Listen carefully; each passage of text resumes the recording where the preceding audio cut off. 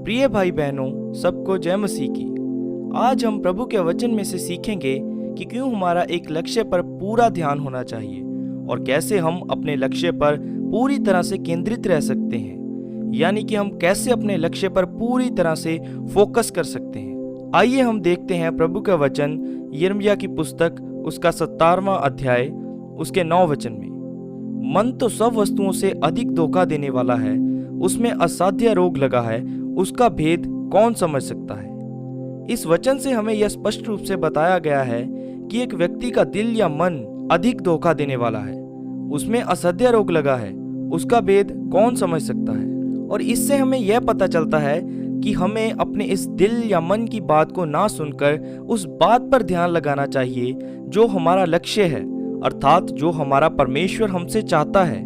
आज बहुत से लोग अपने मन की या अपने दिल की सुनकर अपने लक्ष्य को भूल जाते हैं और शैतान की गिरफ्त में फंस जाते हैं। आइए हम एक उदाहरण की सहायता से इस बात को समझते हैं। एक व्यक्ति था जो चाहता था कि वह एक बहुत बड़ा ऑफिसर बने, अर्थात एक बहुत बड़ी पदवी को वो हासिल करना चाहता था। तो उसने अपनी उस मंजिल को पाने के लिए बहुत मेहनत करनी शुरू की।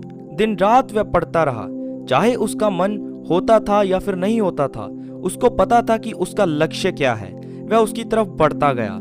वह दिन रात पढ़ता रहा क्योंकि वह जानता था कि उसके लक्ष्य को पाने के लिए उसे पूरी तरह से अपना आप उसके लिए समर्पित करना होगा और अपना ध्यान सिर्फ अपने लक्ष्य की ओर केंद्रित करना होगा। तो जब वह व्यक्ति दिन प्रतिदिन अपने लक्ष्य की ओर बढ़ता गया, उसकी तरफ मेहनत करता गया, तो एक समय ऐसा आया कि उसकी मेहनत का फल उसको मिल गया। उसने जो अपने जीवन का लक्ष्य बनाया था कि उसे एक बड़ा प्रतिनिधि या एक बड़ी पदवी हासिल करनी है, तो वह उसने कर ली। लेकिन उसके बहुत से सहपाठी ऐसे भी थे जो उसके साथ ही पले बढ़े, उसके साथ ही कक्षा में पढ़ते थे, लेकिन उन्होंने अपना कोई लक्ष्य नहीं बनाया। उन्होंने किसी लक्ष्य पर अपना ध्यान केंद्रित नहीं किया, वे वैसे ही अपने जीवन को गुजारते गए। और इस उदाहरण में जैसे हमने देखा कि जिसका ध्यान अपनी मंजिल पर था उसने उसको प्राप्त कर लिया, इसी तरह से एक विश्वासी के जीवन का भी एक उद्देश्य होना चाहिए और उसको यह पता होना चाहिए कि परमेश्वर उससे क्या चाहता है, अर्थात परमेश्वर की उसके जीवन के लिए क्या इच्छा है। प्रभु का वचन बताता है कि एक विश्वासी का यह लक्ष्य होना चाहिए कि उसे पवित्रताई, प्रार्थना और वचन में बने रहना होगा।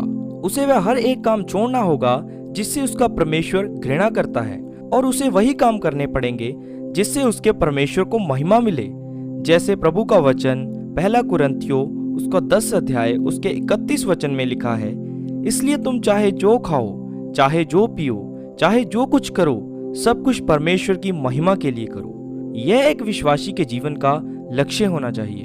जब एक विश्वासी इस लक्ष्य की ओर बढ़ता है तो शैतान भी उसे रोकने के लिए पूरी कोशिश करता है, जैसे उसने प्रभु यीशु मसीह को परीक्षा में हराना चाहा, जिसका मत्ती रचित सुसमाचार उसके 4 अध्याय में वर्णन किया गया है। लेकिन प्रभु यीशु मसीह जिसे शैतान परखकर हराना चाहता था, उन्हें पता था कि उनके जीवन का क्या उद्देश्य है।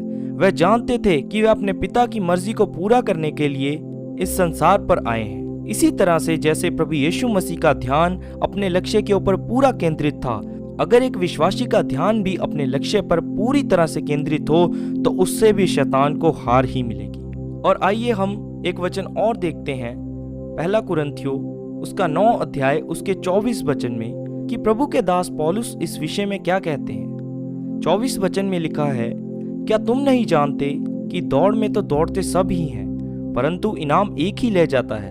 तुम वैसे ही दौड़ो कि जीतो। हर एक पहलवान सब प्रकार का संयम करता है। वह तो एक मुरझाने वाले मुकुट को पाने के लिए यह सब कुछ करते हैं, परंतु हम तो उस मुकुट के लिए करते हैं जो मुरझाने का नहीं। इसलिए मैं तो इसी रीति से दौड़ता हूँ, परंतु लक्ष्यहीन नहीं। तो यहाँ पे हमें यह बात सीखने को मिलती है कि प्रभु के महान दास पौलुस, उनका भी यह कहना है कि लक्ष्य के बिना दौड़ना असफल है।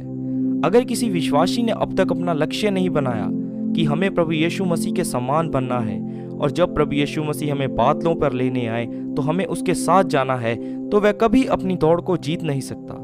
आज हमें अपने अंदर यह निर्णय करना होगा, एक लक्ष्य बनाना होगा कि हमें प्रभु यीशु मसीह में बढ़ते जाना है, उसके प्रेम में बढ़ना है, उसकी पवित्रताई में बढ़ना है, उसकी प्रार्थना में बढ़ना है, वचन को ज़्यादा से ज़्यादा पढ़ना है, ताकि वो दौड़ जो हम मसीह यीशु में दौड़ रहे हैं हम उसको जीत सकें। और यहाँ पे परमेश्वर का वचन हमें बता रहा है कि संसारिक लोग तो उन दौड़ों को दौड़ते हैं जिसमें मुरझाने वाला मुकुट मिलेगा, लेकिन हम उस दौड़ को दौड़ेंगे जिसमें हमारी जिंदा आस प्रभु यीशु मसीह वो मुकुट हमारे लिए है। इसलिए आज से अपने जीवन का एक उद्देश्य, एक लक्ष्य बनाएं और उस पर काम करना शुरू करें कि प्रभु यीशु मसीह में हम उसकी रूहानी बरकत और रूहानी आशीष को ले सकें और प्रभु यीशु मसीह के साथ एक दिन स्वर्ग में उठाए जाएं। आपका धन्यवाद करते हैं इन प्रभु के वचनों को सुनने के लिए। हम आशा करते हैं कि इन वचनों के द्वारा प्रभु यीशु मसीह आपके जीवन में बहुतायत से काम करेंगे। प्रभु यीशु मसीह के सामर्थी नाम में सभी भाई बहनों को जय मसीह की।